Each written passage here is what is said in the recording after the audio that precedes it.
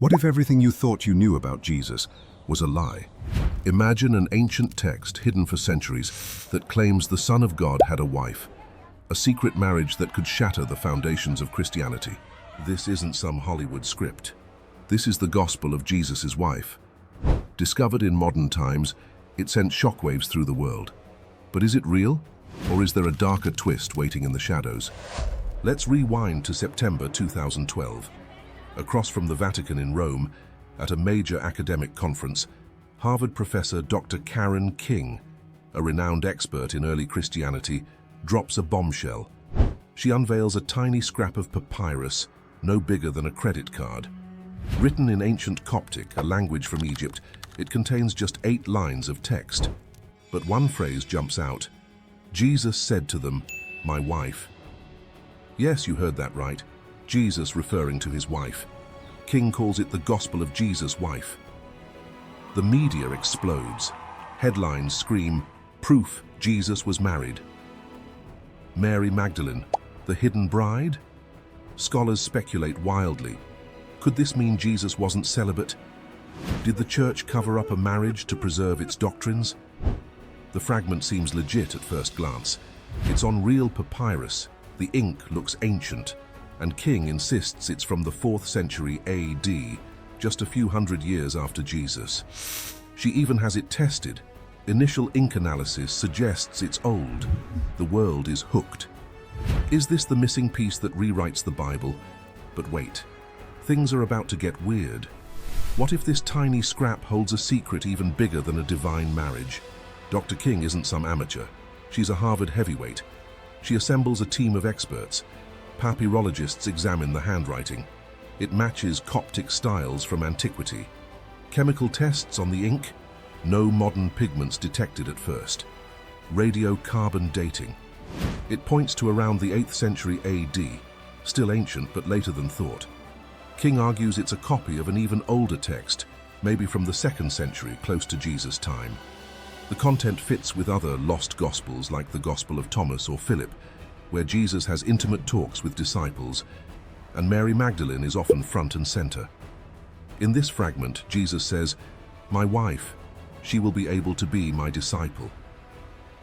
Is this Mary, a clue to a sacred union? But here's where it gets intriguing. The owner of the fragment?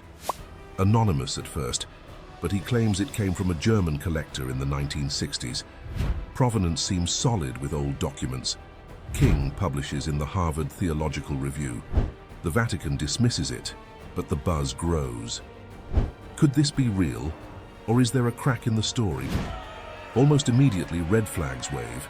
Skeptics like manuscript expert Wesley Huff point out oddities. The ink dates are all over the place. From 400 BC to AD 800, that's suspicious. And the word in my wife is bolded. Super rare in ancient Coptic manuscripts. Why highlight that? Then a bombshell from a lay scholar named Bernhard.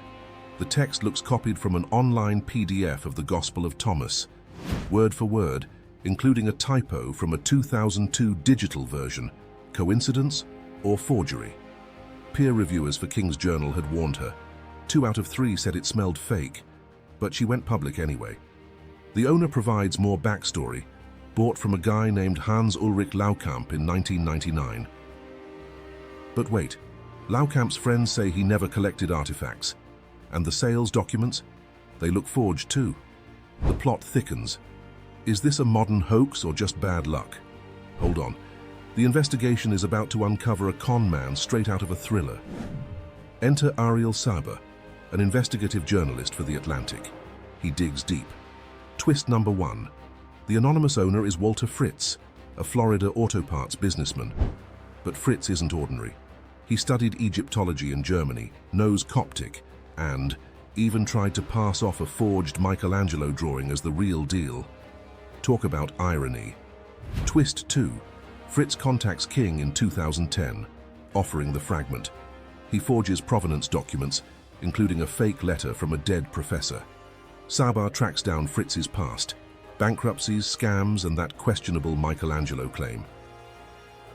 And that online Gospel of Thomas? Fritz admits to using the internet for research, but here's the mind blower. Fritz might have motive. Disillusioned with the church after abuse allegations, he wanted to challenge Christian views on marriage and women. Did he craft this to spark debate? King defends it at first, but Sabar's 2016 expose forces her hand. She admits it tips the balance towards forgery. Yet another twist. Even if real, as Huff notes, an 8th century text is way too late to reflect Jesus' life. It's fan fiction from centuries after, like other apocryphal gospels. No connection to the real historical Jesus. But was Fritz the mastermind? He denies forging it, but the evidence piles up. You're on the edge of your seat, right? After years of drama, the verdict is in. The Gospel of Jesus' Wife is a modern forgery, crafted by Walter Fritz using ancient blank papyrus, easy to get, soot-based ink, and a copied text with deliberate tweaks. Harvard quietly shelves it. King concedes the point. No wife for Jesus, at least not from this scrap. But the real lesson, as Wesley Huff warns, don't trust sensational lost gospels. They pop up to sell books or stir controversy, but the 4 canonical gospels, Matthew, Mark, Luke, John, are the earliest, most reliable sources from the 1st century. This hoax fooled experts, until it didn't. What do you think? Was it all a con for fame, or something deeper? Drop your theories in the comments. If this twisted tale blew your mind, smash that like button, subscribe, and turn on notifications for more exposés on ancient mysteries. Thanks for watching. See you in the next revelation.